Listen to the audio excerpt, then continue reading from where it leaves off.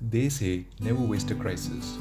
We wouldn't have wasted this one if we start building and adopting solutions to stay within planetary boundaries in both in our personal lives and in public spaces. COVID-19 is and will be a mega pandemic if ever there was one. No other outbreak, even if it was called a pandemic by the World Health Organization, affected people in as many countries as this one has. No one ever could imagine the entire world coming to a complete standstill. Can an invisible enemy cause misery and loss to such an extent? Is it possible that in today's day and age, when we boast about our health infrastructure, technological advancements, and science having a solution to every problem, a virus originating in a city can spread its wings in the entire world in a matter of few months and bring down the entire world to its knees? These questions haunt me each day. The impact was so swift and widespread that we were forced to learn new lessons and rediscover the value of some old ones, much to our refresh.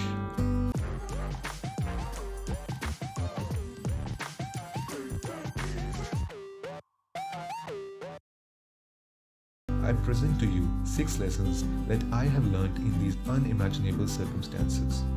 The list is by no means exhaustive, but provides food for thought. The first on the list has to be, we really don't need much to live. We have lived through a lockdown. The availability of food, water, shelter, communication, medicines, and entertainment through various digital mediums has kept us going.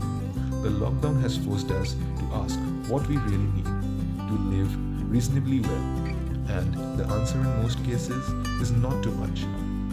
While psychological and security needs have been paramount, many have found ways to learn new skills or do things they have always wanted to do but couldn't make time for. Families and friends have engaged over video calls, and many have met members of their family more often during the lockdown than they otherwise do. Despite the lockdown, we have discovered that we can satisfy all needs of Maslow's hierarchy. Many have learned what really matters to them. I only need this. Oh, yeah, this too. Okay, fine, everything. That brings us to our next point. We are living beyond the planet's boundaries. If there is one lesson that is staring us in the face, it is the fact that human beings live well beyond natural boundaries.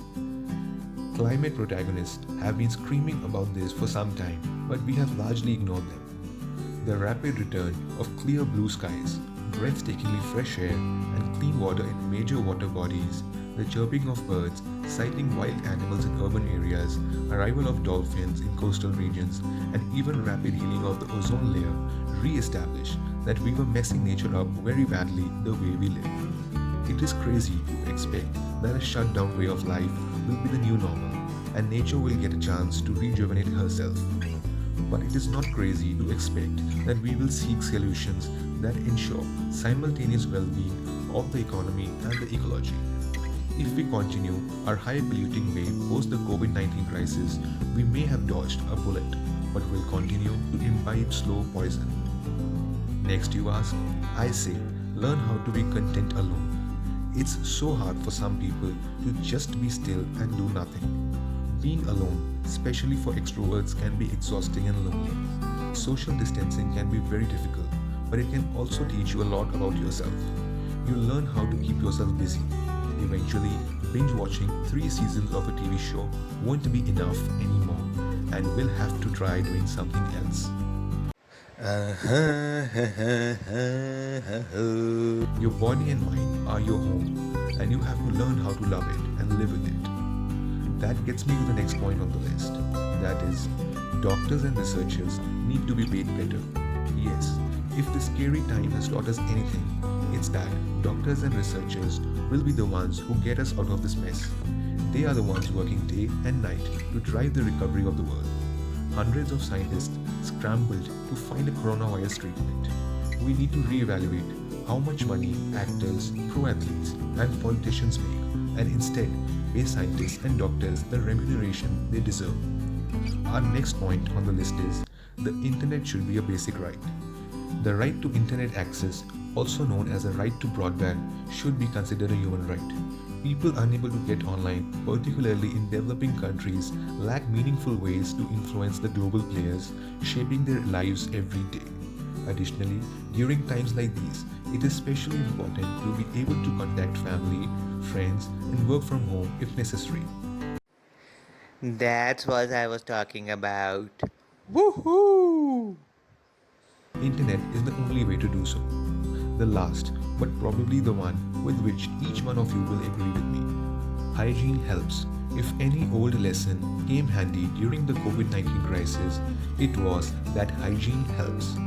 We have all been taught to wash our hands each time when we return home from outside and before mealtime. Yet, if the upward graph of soap sales during the crisis is any indication, it was as if we were discovering the value of washing hands for the first time. Well, I do this all day now. these were my 2 cents on what impact the pandemic has had on my life. To all the people viewing this right now, let me tell you this. I'm sure for the generations to come, it would give them goosebumps when they would read about what courage their ancestors had shown to such a challenging time. I wish we all learn and together contribute to the world which is better than the pre-COVID era in every possible sense. Comment down below what has been your learnings and share your experience with our viewers. Thank you so much for tuning in. See you in the next video.